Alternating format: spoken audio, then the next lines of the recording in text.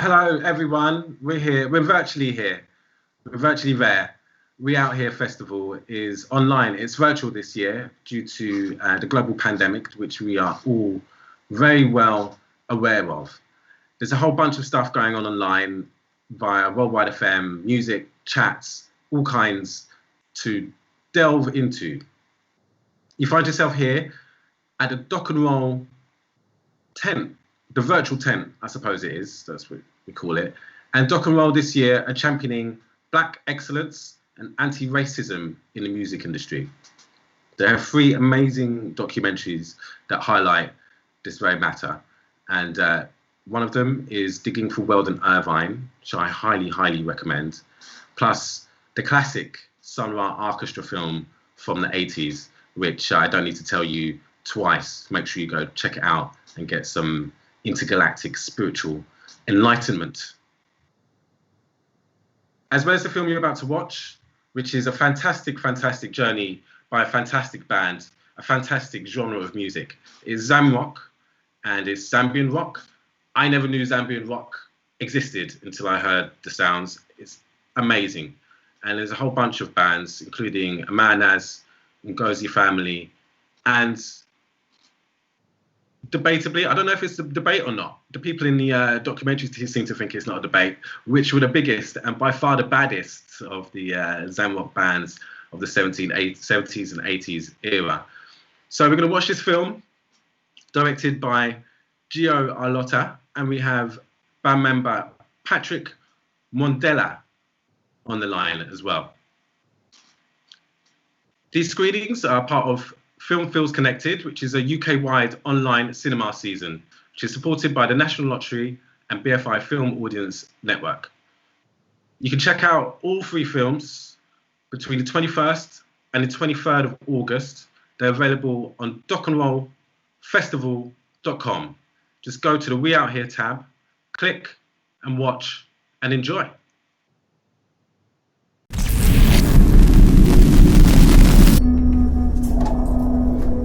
Which were here, right? They were happening. They bewitched me. I wonder what's in here. The high point of psychedelic garage. His Excellency, the President of Zambia. This is Zambia, a land of which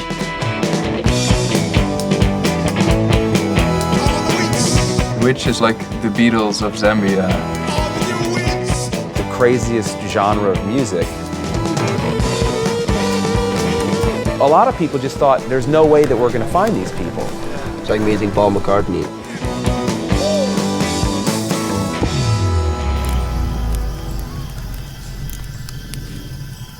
I wish the whole band was alive. I'm growing old. I find myself mining gemstones instead of making music. We intend to cause havoc, or we have already caused havoc. Amazing stuff. A fantastic film, as I'm sure you'll agree. An amazing band, an amazing story. Really, really dope. And make sure you go and donate. Any proceeds from any of your donations will go to a Black Lives Matter associated cause of the filmmaker's choice. And we have the filmmaker online at the moment, which is a coincidence. And we also have Patrick Mwondela, one of the band members who you would have seen in the movie. So Giovanni, over to you at first. You made the documentary. You went out to Zambia. Tell us a little bit about, what gave you that insatiable need to go out to Zambia and find Jaggery and make a documentary. Thanks for having me, and thanks for having the film We Out Here. Really happy to be with everyone. I hope you enjoyed the film.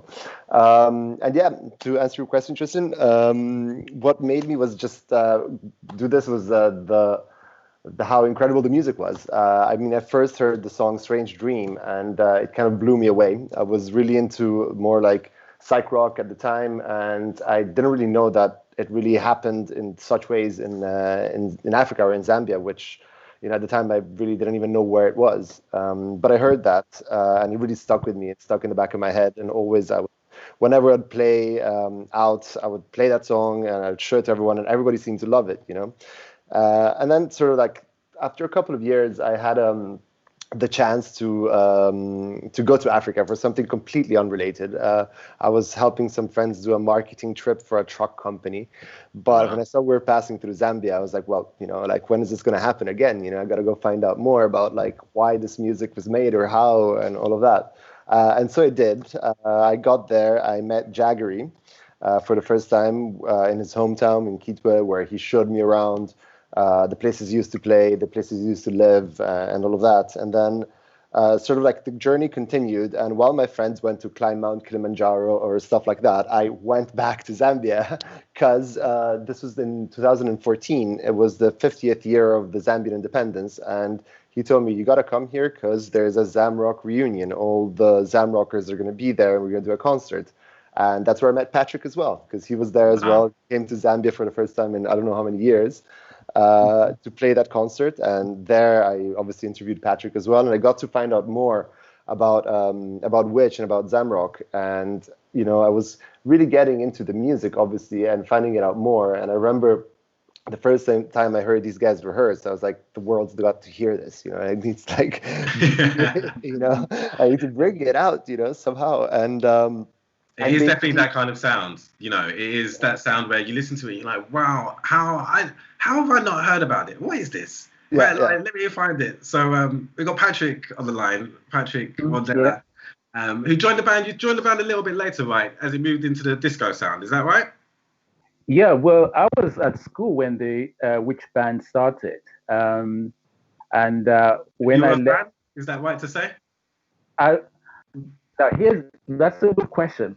I wasn't a fan. I was a musician as well. I had my own band as well. So I was a very keen observer of the band.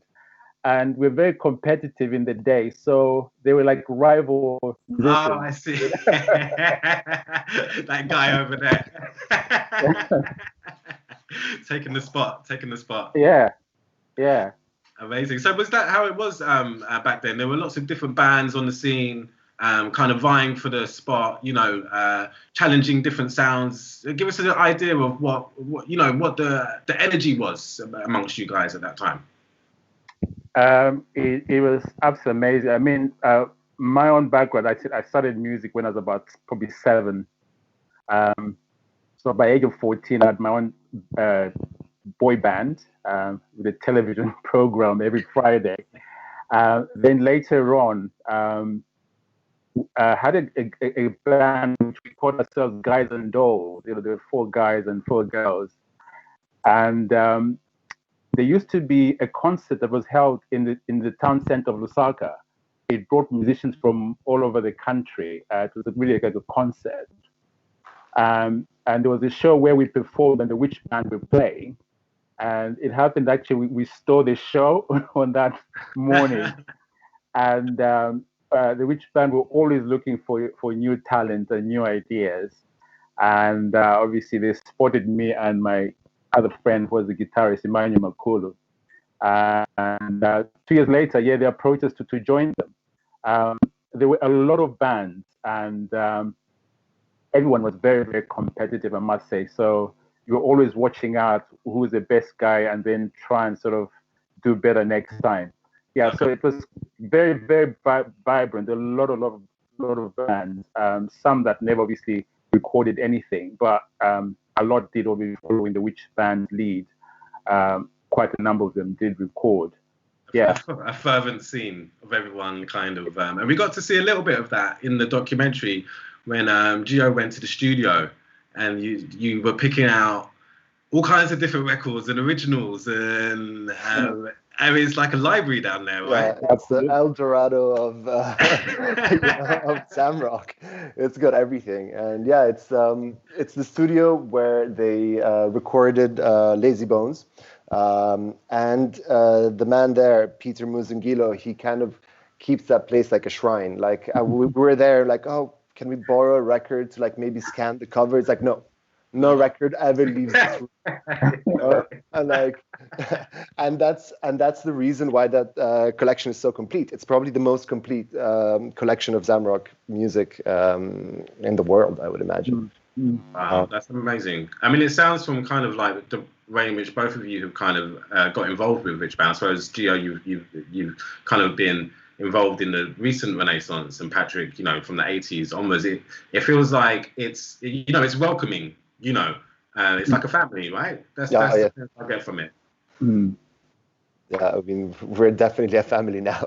We have whenever we meet up to go on tour again, it's always like, it's so nice. I mean, tell me a little bit about the tours now. Now that because you're touring now as a result of doing, I mean, that's the story of the documentary, right? Is bringing together the band, and I think in the documentary you went to Paris and a few other places, but you've continued since, and the band is now a touring band, right? Yeah, we've continued since. We went to the States back in October, and that was insane. We sold out most of the places we went to. People were going absolutely crazy, and it was so cool. And then, like, you know, we've been touring everywhere, and we were meant to tour again in the States in June, but obviously that got postponed until June of next year.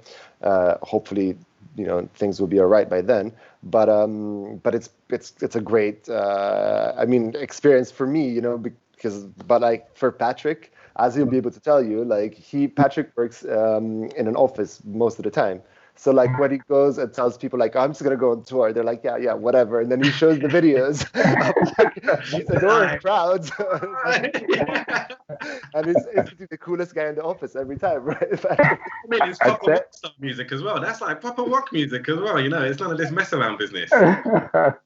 Yeah, actually, at the moment, I'm working for an NHS organization in Bedfordshire, Bedfordshire CCG, and they're absolutely fascinated that actually I do this. So they say you're one of us, you know. So they're really probably will be listening to this and be very, very proud to have me in the organization. Yeah. You've got the keyboards and the microphone there. Are you still making new music at the moment? Actually, in the lockdown, I just had a real spell of inspirations. I've written about 4 tracks. Oh, wow. Which doesn't really often happen.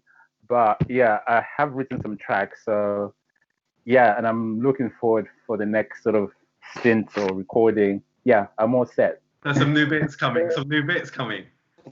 Yeah, some good stuff is coming. Amazing. Yeah, just bringing the 2 worlds together, Zamrock, the disco era, and a bit of what's happened to ourselves. Yeah, I think it's just been I really felt inspired to just write something that will, yeah. I mean, I suppose you've been, you know, as you were saying, you were a teenager in the 70s and you were in a rock band, you know, you were in Zambia, which kind of, you know, had a bit of the taste of, you know, this new world that was approaching back in the 70s, you know, the new realizations. And I suppose now in 2020, we find ourselves in a relatively similar spot. How does it feel? Like, how do the energies compare? Yeah, it's amazing actually. It's quite refreshing to actually look back on where we've come and where we are right now. And I really appreciate the musicians of the 70s and the 80s, because as I've been listening to sort of our heroes, you know, the people we're listening to, you know, the Deep Purples, the Santanas, I just find that the musicianship then was so amazing. That it's lived up to today, and I think it will go into the future as well. And there was just something about the discipline of the musicians of the day on how they wrote music. You know, it was unusual for a band to go for maybe 6 months, a year, just to write an album. You know, they took time and crafted their music, and that's something as a band we learned to do. We learned to craft our music. So even when we did, when I joined them when obviously the disco music came onto the scene. And but the Witch Band was already very disciplined in what they did. So we spent 9 months just rehearsing and writing, arranging our music for the album. And I think this is why that music stands today, because it was really crafted with everything that we had. It was just a level of musicianship which I appreciate. So I'm grateful we did that, because we can now craft that you can now build off of it. Yeah, no, it's amazing. There's a bit from the documentary that stands out to me when you were talking to the guys in the square, and you were like talking about Zen rock, and everyone was kind of doing their like little air guitar, and like, whenever you talk about Zen rock, and it's true, like those riffs, they just get in your head, man, and they don't go anywhere. That's right, yeah. Because they're masterful. I mean, that is it. It's masterful. You sit there, and I sit there and I think to myself, how do these guys do these things, man? Like, what? And I suppose there is that kind of fantasy of like, oh yeah, they're just hanging out, and they just came up with it. They were just, as you just explained. And the same with, I mean, there's amazing footage, as everyone has just seen, of James Brown, who's the master of that. That kind of mastering a sound, mastering a performance, but making it look very, very easy. It's very cool, man. Absolutely. Yeah, it's a lot of time. I've been amazed, actually, that when we're learning our instruments, we listen to a lot of bands and crafted art. What I did, actually, I stopped listening to the other musicians. I mean, this is really strange. So if you ask about bands, I've got very little knowledge of other bands, because I that once you've learned to craft an instrument, you then begin to express your own ideas through your instrument. So I'm not consciously playing like anyone else. I'm just expressing myself. You lose your reference point in a way. Yeah, and I think that's probably a tip for people wanting to go into this career, is you craft your instrument and express yourself with the instrument, and don't think like playing like anyone else. And I think that keeps you original, so that you're just expressing your heart, because everyone's got a different expression of it, of music. And confidence as well. Confidence to express yourself. Absolutely, yeah. Amazing. That is inspiring words, Patrick. Thank you very much. Yeah. And when it's from the heart, I mean, the songs I'd written over the lockdown, they took me minutes to actually put the basic idea down. But when inspirations flow, it's very quick. It's usually just a line or a phrase, and then you build on it. But it happens so quickly, and I appreciate that actually inspiration just comes when it comes. You can't sit down and say, I'm going to write a song today. It just comes, and when it comes, you just grab it. Be ready. Yeah. Be ready for it. I want to write another song for another 5 years or so, Exactly, but you're still ready for it. We're still ready for it. Yeah. And I suppose anyone that's watched the documentary is ready to watch the band live. Which, I mean, is the $1 million trillion question, isn't it? It is. Yeah. I mean, it's impossible to plan anything at the moment. I mean, as I said, the next time we're meant to tour the US is June 2021, and Europe, I mean, I don't know, it looked like something was going to happen, and then now things are going bad again. I have no idea, of when. I hope it's soon, but I have no idea when we'll actually manage to do it. But I'm guessing it'll be difficult before next year. Yeah. Yeah, we're already heading towards the last quarter now. As the official cat saying. Yeah. Well, it was amazing to catch up with you, and thank you for the music, and thank you for the documentaries. It was really amazing to see that you were doing a documentary on Rich and Zamrock, because I thought it was only me that when you have those little kind of I thought it was just me that was crazy about Zamrock. And then I found out that Gio was, and then now I'm here talking to Patrick. So I'm honoured. Yeah, honoured. Yeah. What was interesting, actually, I think things just came together. I think when Gio was speaking, I just realized we've had so many Q&As, but little things come out at different times. In 2014, when Gio actually was in Zambia, I didn't know about Gio being in Zambia I had my own sort of thought about going to Zambia for the 50th anniversary of Zambia's independence to celebrate, deceased members of the band, just to celebrate that. So it's only when I'd made arrangements to go, I realized that actually Gio was already there as well. So we met in Zambia, and it was just like a coincidence, and obviously, it's all history now. But it's just amazing. The timings were just independently. We made the journeys to Zambia at that time. In the planets circle back round, and here we are. Amazing. It's amazing. Well, we're going to finish the Q&A here. As I say, thank you very much. Out to anyone that's watching, if you haven't watched the documentary, go on to the Dock and Roll Festival.com. So that's dockandrollfestival.com, and click on the We Out Here tab. There's also the World in Irvine documentary in there, as well as the Sun Ra Orchestra film, and which we intend to cause havoc. Amazing stuff. It was. This is a part of the Film Feels Connected UK-wide online cinema season, supported by the National Lottery and the BFI Film Audience Network. Have fun at the virtual festival. We're virtually here. We're out here.